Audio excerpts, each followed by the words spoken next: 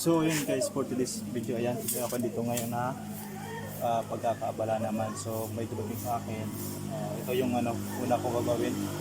So ngayon, ito yung sabi ko ngayon. So ang problema nito ay nagkaroon siya ng butas o natusok siya ng matulis na bagay. So ito yung natusukan niya, no. Ito. Ayan, oh. So, siya, tubeless, kaya walang problema. Tinanggal nito yung stelmating yung nakapako dito, katusok. Tinanggal, ayan. So, sealant, natakpan. So, sabi sa akin ng nangyari, gusto niya daw na ipabulkit. So, ito yung gagamitin ko dyan. Ito yung pang-bulkit dyan eh. Kasi tubeless to. So ito yung gagamitin natin dyan. Ayan. So ito yung gum para dyan. Tapos ito, pantusok.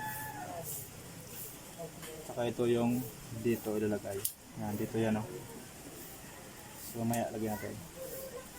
So para sa akin, pag kayo natusukan ng mga bagay o matulis o pako man, o parang bagay na matulis, tubeless ang gamit nyo, huwag nyo nang tanggalin yung natusukan dito. Hayaan nyo na hanggang mapudpud na yung gulong. Ito, saka na magpalit ng gulong. Ayan. So yung pagkatusok nyan, hayaan nyo na nakabound dyan. Kapag ganito lang, mga diuna, ganyang kahaba, diuna yan, ganyan. Okay lang yan, hindi naabot yan sa may mags. Okay lang yan. So pag didos na pako ngayon,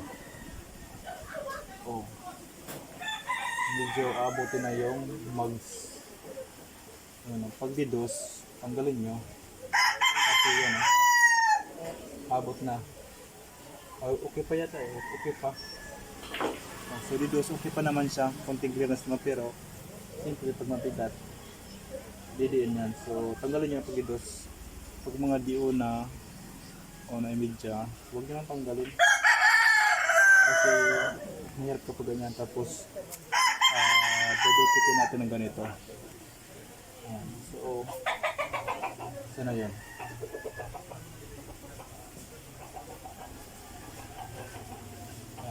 So pag ganito, hindi ko masabi kung garantisado na ito ay okay. Kasi minsan pag umiikot na itong gulong na to, tatalbo to eh, naalis to. Ayan. Kasi bubutasan niya ng malaki. Ayan, papalakihin pa yan para makapasok to. So malit lang na nabutas, ito kaliit, naging ganito na kalaki.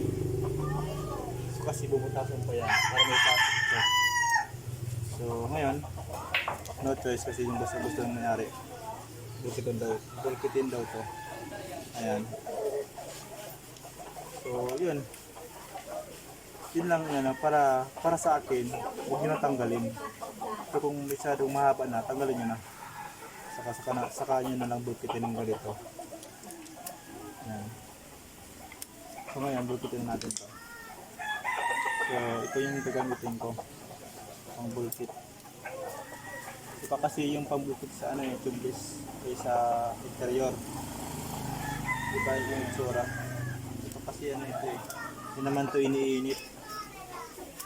Pinapasok lang to. Pero bago yan, butasan. So ito, ipasok natin dito sa loob.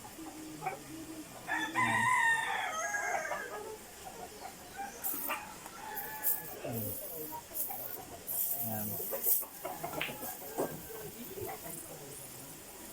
Yun na. Tapos ito, ayun, isang buo na to, yun ang papasok natin dyan. So yun ang ginagawa ko dito kapag may nakapabulkit ng tubeless.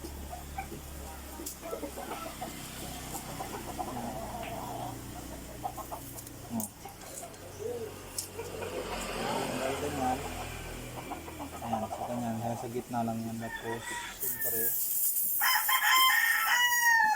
pasok natin dito.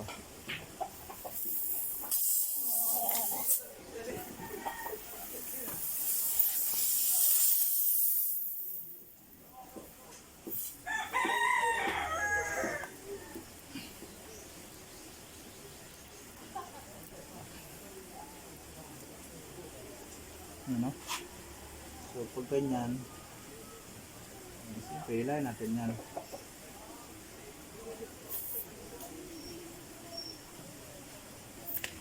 Ayan. So, okay na. Tapos, gugupitin natin itong sobra. Ayan.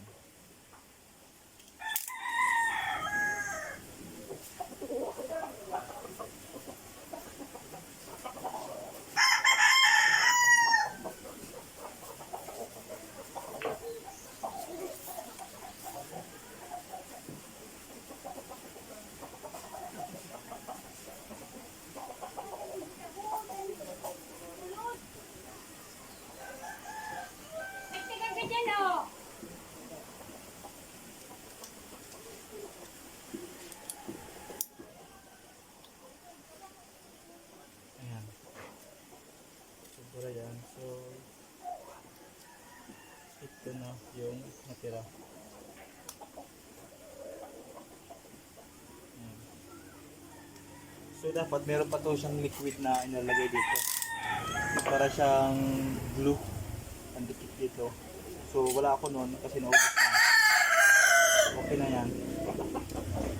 Ayan. So, pwede dito, pwede siyang matanggal, pwedeng hindi. Ayan, dalawang bagay lang yan kasi ikot yan ng todo. So, dapat marami itong ano, dapat may laman tong silan kasi pag wala, sigurado talbo yan. Ayan. So, kailangan dumikit din sa loob.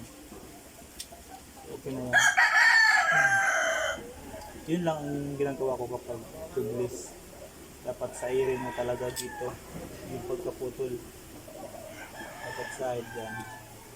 So pag nakalabas yan, talsik yan pag umikot na to.